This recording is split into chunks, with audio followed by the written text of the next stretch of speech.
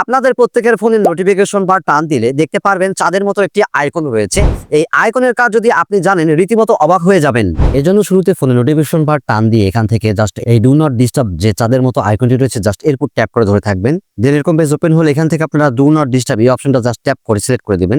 এটা সিলেক্ট করলে যেসব সুবিধা আপনারা পাবেন, প্রথমে আপনারা অ্যালাউ কলস ফ্রম এর উপর ট্যাপ করবেন। করার পরে দেখুন এখানে বেশ কিছু অপশন আসছে। এখান থেকে আপনারা যদি এনিওয়ান এই অপশনটা সিলেক্ট করে দেন তাহলে আপনাকে যে কেউ কল করতে পারবে।